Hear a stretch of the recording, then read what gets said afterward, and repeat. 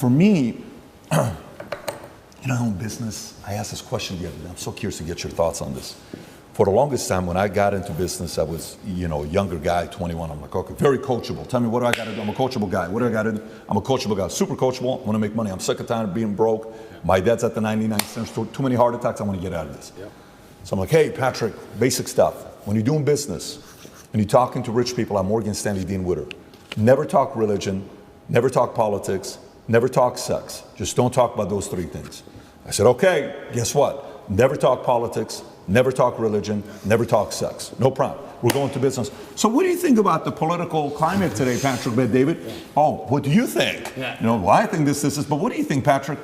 I don't know, quite frankly, I think I'm trying to figure it out for myself right now, but we'll see what's going to happen, whatever way you're deflecting and you kind of go on your phone. Hey, what do you think about God? What is your opinion on Islam or Muslim? Well, for me, you deflect that. Eventually you're sitting there, you're like, the people that I know at that level want to talk about those three topics. Now, sex is maybe off camera and they're kind of having fun with it, but they want to talk about politics and religion. So we, for the longest time, have been silenced, and now the ESG community, all this time they've told us to stay quiet, and they're saying what? They're talking politics, they're talking religion, and they're talking sex. Sex the way through LGBTQ, what's wrong with that? What's wrong with it? It's normal, it's normal, it's normal. No, it's not normal. Well, listen, you guys shouldn't talk about politics and sex and religion, shouldn't be doing that. And then you see this one, during COVID, one pastor, Australia, a Syrian man. I don't know what his name is, Vinny. What's his name? The Syrian pastor, priest from Australia. And he was fighting all the anti-COVID guidelines, and his stuff is going viral. He's doing this. And you've seen these messages. Some of the people that stood up, they stood up because they feared God, okay?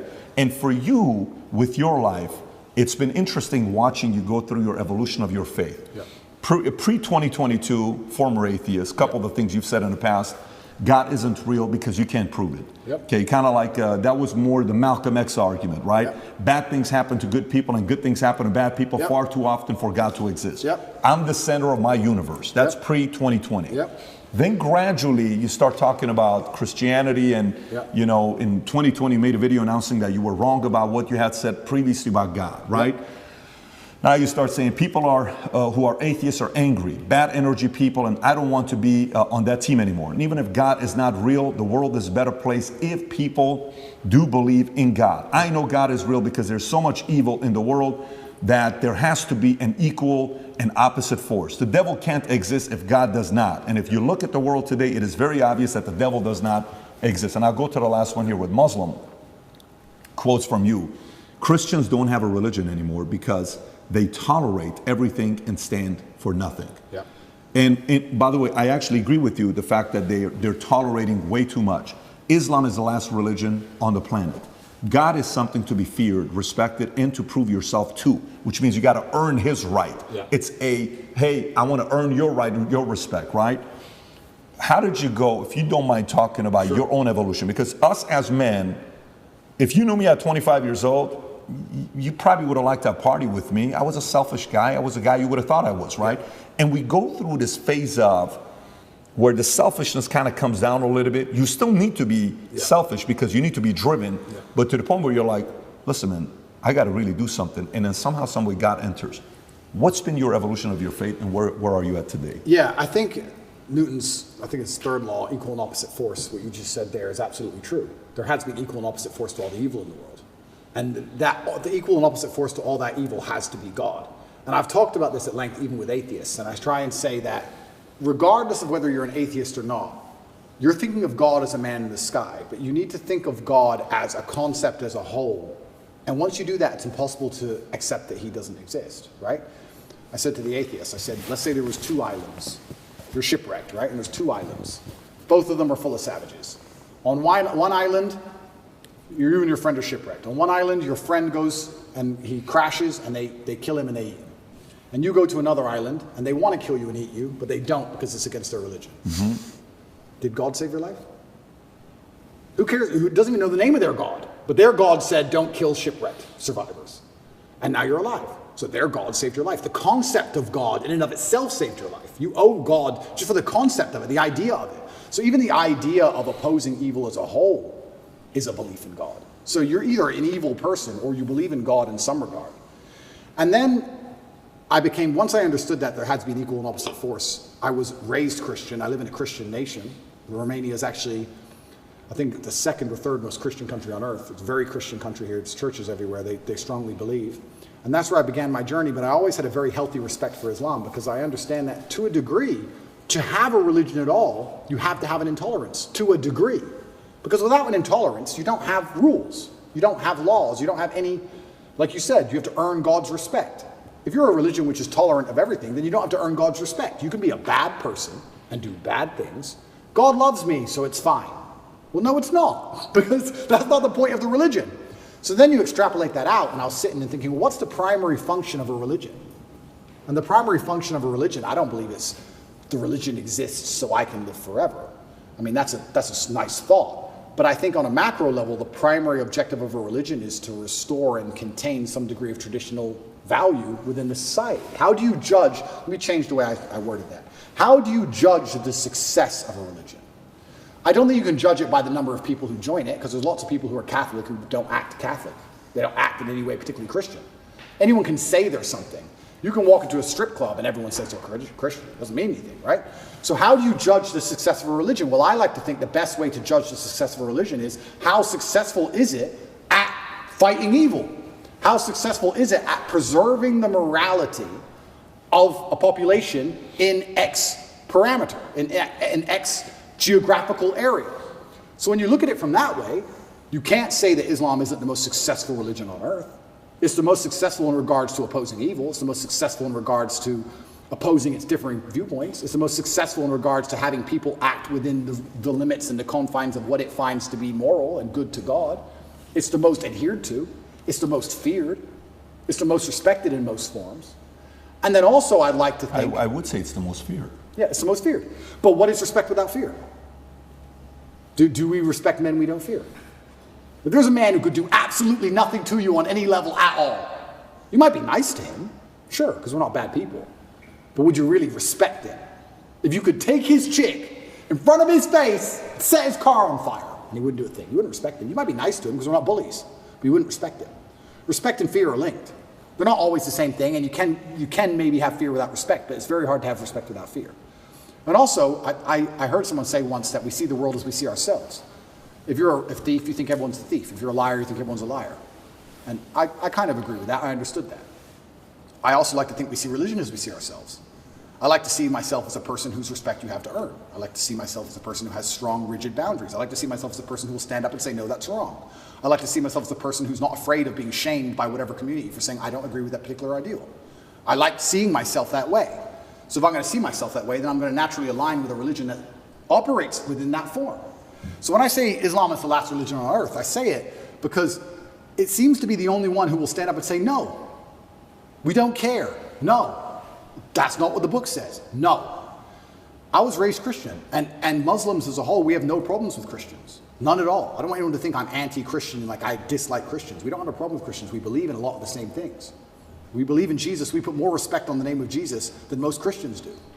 I just don't like the idea of people saying they're a Christian and saying, but because I'm a Christian, I can do whatever I want and throw all the rules away and none of it matters. Because once you have that level of tolerance, you no longer have a religion. Islam seems to be the last religion left with parameters. If you don't have parameters, you don't have a religion at all. So the closer I found myself to God, the closer I found myself to Islam. That's just how it ended. And Andrew, speaking of fear, one could argue that Islam these days, certainly in the last 20 years with the war on terror, they've also been the most vilified. Absolutely. Right? So, you know, everything that we've seen happen with extremism and everything that's going on all over the world, how are you grappling with that? You've been a Christian for years now. Islam, everything. And you know what? That's such an interesting question, because when I was younger, especially when I was an atheist, I would sit and think, people are really doing terror attacks and doing all this crazy stuff because, you know, they're upset over a cartoon. That's so stupid. And nobody should kill anybody. Nobody should kill anybody. Charlie Hebdo, everything. Yeah, nobody should kill anybody. Nobody should kill anybody. I'll make that very clear. But also part of me is now saying, why would you want to insult the prophet for billions of people? Why would you want to do that? I don't even want to make the argument against free speech. I'm not even saying you couldn't be allowed to. This is a sensitive subject. I'm just saying, what kind of person wakes up and thinks, I want to do that? I don't know. I just don't think that's a healthy mindset. Like when I see these Satanists, and they're, especially in America, and they're doing, let's keep it on Christianity, these Satanists, and they're dressing up Jesus as gay and all this stuff, like, that's not done in any kind of good faith. There's no good reason to do that. That's done with genuinely malicious intention. And what kind of people want to do that? And then the answer by extension is, I thought America was a Christian country. So how can you have a Christian country where the prophets of the religion are mocked to the highest possible levels within the confines of the country, and it's promoted? Is that a Christian country? Doesn't seem like a Christian country to me. I don't think the same thing would happen with Islam in Saudi Arabia. I can't imagine that happening. So how can you say we're a Christian country, but everyone's mocking our God on the streets? Ha ha ha. It's on Netflix. Ha ha ha. That's not a Christian country to me. So if you're not a Christian country, then where's the religion? The religion's supposed to enforce certain boundaries. You're supposed to at least show it respect, you know? And it's also kind of interesting because in Christian countries, there's more respect for Islam than there is for Christianity. In a Christian country, name one. They still don't do it with the Islamic Prophet. Why do you think that is? It's too much smoke. It's just not worth the heat. Because people believe. And I'm not advocating for violence on any level. I'm saying that even these degenerates who are trying to destroy people's belief in God, like we've discussed earlier, because they don't want you to have any baseline morality. If you believe in God, there are commandments, yes and no. That baseline morality prevents you being an absolute slave, so they're trying to destroy it. But even those degenerates who are trying to mock and disgrace God, understand there's a point where it just backfires and, ooh, this is smoke. And they don't want the smoke. And shouldn't God be feared? I'm scared of God. It's the only thing I fear. I fear God. They can put me in jail. I know I'm telling the truth. God's on my side. I fear God. So God should be feared. So once again, does anybody fear the Christian God? I haven't seen anybody scared of him in a long time. And it's kind of crazy because it's very interesting. The mass migration and all these things are leftist policies, but then also Islam is the most right-wing religion on earth. It's kind of very interesting. I grew up in England, and I grew up in Luton, which is a town which is mainly Muslims. It's a huge Islamic community. And there was a bunch of English people who were complaining about there's too much immigration, we're losing our culture. And I understood their point absolutely.